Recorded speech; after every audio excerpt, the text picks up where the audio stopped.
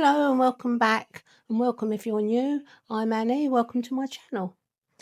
Right, I've got my decor to show you today. It's all finished, so it's the big reveal today.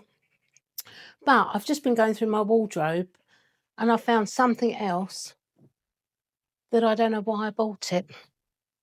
I'll put it on and show you. Honestly, if I took drugs, I'd know why I bought it, but I don't. I mean, what went through my mind when I bought this? Talk about stand out in the crowd. It's all screwed up where you pack it away. Bit like my skin after weight loss. I mean, could I have just got black or dark blue or something? Look at it. I think I was on holiday and I thought, oh, I won't see anyone I know, and they'll never see me again.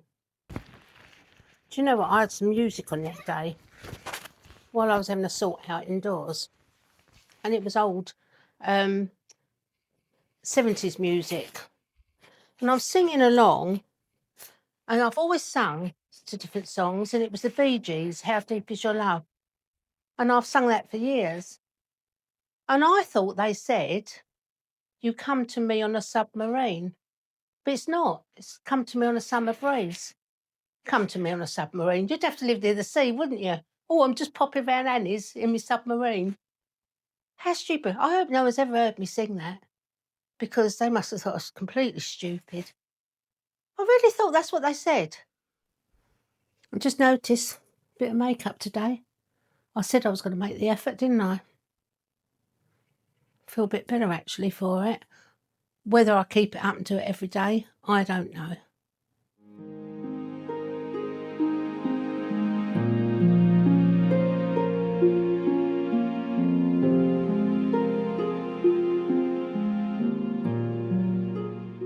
I don't ever slow up, no I don't take shit. I got no love for the fakeness. If you wanna play tough and wanna hate this, I'll always show up. I don't ever slow up, no I don't take shit. I got no love for the fakeness. If you wanna play tough and wanna hate this, I'll always show up and make a statement. I don't ever slow up, no I don't take shit. I got no love for the fakeness. If you wanna play tough and wanna hate this, I'll always show up and make a statement. Everything I do so instinctive and so passionate. Every word I move so descriptive like an adjective. I got a vendetta against people who patented being negative when you should be getting after it. I got facts over tracks, this and that. Spitting slow, spitting fast. I could roast, I could gas. Think I'm okay at last, but I don't know if that can erase all the past and the. And you come to me on a submarine. Caught me. Yeah, it's funny how you don't realise things that you do. You feel so stupid at times. Question my sanity. The other day I was in the car and I thought, oh, put my sat nav on. And I was listening to some music in the car and I thought, oh, I've got to go home. I forgot my phone. Then I realised after driving half the way home, I had my phone. That's how I was playing the music and the sat nav. Honestly, I question my sanity at times. I hope you liked my decor. I'm really pleased with it. I was worried it was too dark, but I'm really pleased with it. I've got another room to do. I've got my spare bedroom to do. And I don't know. My granddaughter said do it for her for when she comes to stay. But she says she just wants it beige. Well, it's already beige, so I don't even know if I'm going to paint it, but I've got to clear it out because you know what it's like when you've got a spare room. You chuck all your rubbish in there. And where I've been decorating, it's all just been chucked in there. So I'm going to sort that out, sort out some space in the wardrobe if she wants to leave some night dresses and that here.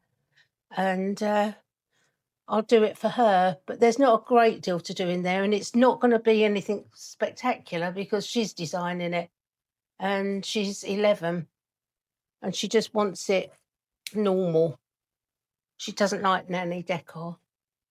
I've got so much to do today because I've been decorating, I haven't done the housework, so I think the kitchen's going to be the main thing. But I'm now thinking I've got too much stuff around. I'm a maximalist. I'm going to just have a little tidy round. And sometimes it's good to just shift things about. I've got to put some pictures up in my new lounge, and I have got some that I've put away years ago with gold frames, so I might do that today. But it's just moving stuff around. I'm so tempted to go back down the charity shop, but I don't need anything, and I'll come back with stuff that I don't even need. So I may go. I don't know yet. The pool may be too much, and I'll end up going because my car is actually programmed to go there. I'd get in it, it just automatically takes me. I've also bitten the bullet. I've put myself on a dating site. Honestly, I don't know why I bothered. They show me all different ages on there, and you're getting messages from people of 30 who wouldn't even entertain it. And then 81, a man of 81, and his picture was him standing there in his pants. And let's just say he was feeling quite happy. Why? 81? There's hope for me yet. But I had a couple of messages. I thought, well, they seem nice. And they messaged a few messages, and I'm very careful what I say. And one got a little bit strange, so I blocked him. And then there was another one, and I don't know if he was drinking. The messages started off okay, then the spelling started going, then you couldn't work out much what he said, and then the last bit was about dominating me. Oh, please, please. So he got blocked as well. And I just think the only decent ones, I had loads and loads of messages, which is nice. But I just think I'm new kid on the block. So they all jump on, and actually it's the wrong saying, isn't it? They all like to talk to you. And it's horrible really. But I then decided last night, do I want anyone? But it's given me such a good laugh. I mean, some of the men there are standing there with their turkey teeth. They've all been to Turkey. Honestly. And the thing is, I know age isn't attractive, but some of these men, I think to myself, did anyone ever tell them, actually, don't have your hair like that? Or instead of you going bald and you whack it over the top of your head, comb over, or whack it round like a walnut whip, just shave your head. Embrace it, because it looks far more acceptable than a comb over that blows straight up in the air when you go out in the wind. So, I'm fed up with it really. And the only ones that did seem decent were so far away. I don't want a long distance relationship like that. So I haven't looked today. The last time I looked last night, there was one, he looked like Rolf Harris. Put me off. Really put me off. So I'll just carry on, but my friend and I cried with laughter. I was sending her the pictures. I know you shouldn't mock people, but it was really funny. And we were crying. We were absolutely crying with laughter. Honestly. I just don't know what it is. I mean, do they look at the women's pictures and think the same? Do they look at mine and think, look at the state of her, look at her hair? I don't know. But I'll tell you what, I'll probably never meet anyone off of there. But it's a flipping good laugh. If you're feeling low, put yourself on the date site, because that'll soon cheer you up. Honestly, I've never laughed so much. And the thing is, as you get older, you make it worse. But they probably think the same about the women. I've had a really good weekend and day today. One of my old friends got in contact with me that I was at school with, and we kept in contact.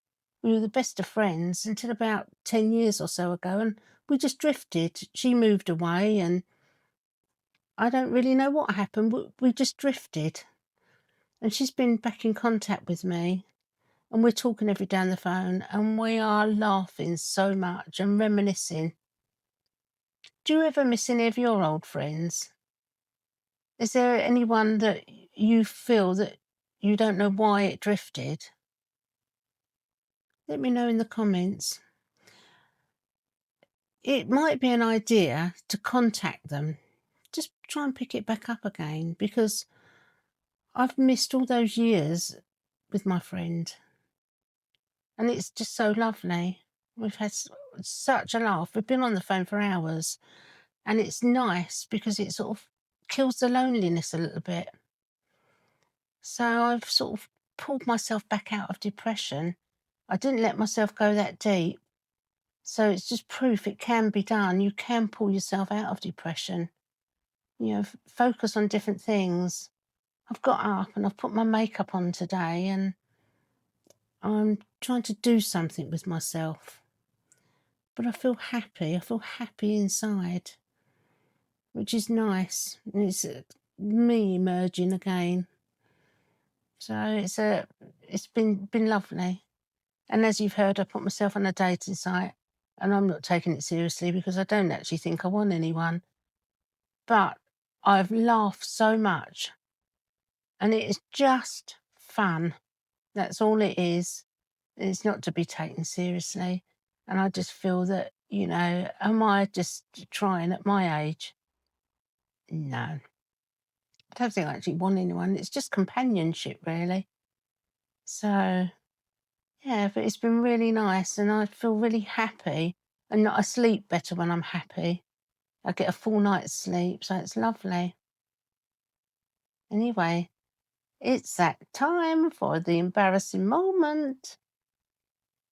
Many years ago, a chap I worked with was getting married. And he wasn't very popular in the office. And he said he hasn't got much money. It's not going to be much there at the wedding. You know, it's just a little bit of food. And everyone was invited to the evening. Anyway, we all clubbed together and bought him a present. And no one wanted to go to the wedding. So somehow I got roped in. You can go. You take the present. So I asked a friend of mine, would she come with me? She said yes. So we drove there. And it was in a village that we didn't really know. And in them days, we didn't have sat-navs. Anyway, we was in this village and we knew it was in a hall. And we saw this hall and there was all balloons and everything outside and could hear the music. And so we said, oh, we found it. So in we went. We could see the bride and groom down the front. And it was very lavish. Free bar, beautiful food. And I said, oh, I can't understand it. You know, he's done this on a real tight budget. Anyway, we danced all night, we ate, my friend drunk, we'd gone in and we'd put the present on the table and it was wonderful. And we didn't go up to the bride and groom because we didn't know the bride and the groom had so many people around him and he was right at the front. So anyway, at the end, all the women lined up one side, the men lined up the other side, and before the bride and groom were leaving, the bride went down the men's side and, you know, thanked all the men for coming. And the groom, who we knew from the office, he came down the women's side, thanking everyone. And as he was coming towards me, I realised I didn't know him. We were at the wrong wedding. And he got to me and thanked me for coming. And you could see on his face he was thinking, who the hell are you? So I just smiled, so it's been lovely. And they left, and obviously someone else was going to collect all the presents up. So we had to go and get the present off the table. We didn't even have their name on it. There's someone else's name on it. So I said to my friend, right, we're going to walk past and we're going to run, pick the present up and run. And we did. And everyone looked at us as though we were stealing a present. But we was at the wrong wedding. We had a lovely night. And on the Monday, I went back to work and someone said, how was the wedding? And I told them, I said, oh, I went. I said, but it wasn't his wedding. I gatecrashed a wedding, me and my friend. I said, we don't know who it was, but we had a wonderful time, had beautiful food. So, it's something that might be a thing. Gate crash someone's wedding because they're not going to say, I don't know you. They're just to think, who's that? By the end of the evening, you've had a really good time. Anyway, on that note, I'm going to sleep now. And so, until next time, I'll see you all soon. Good night.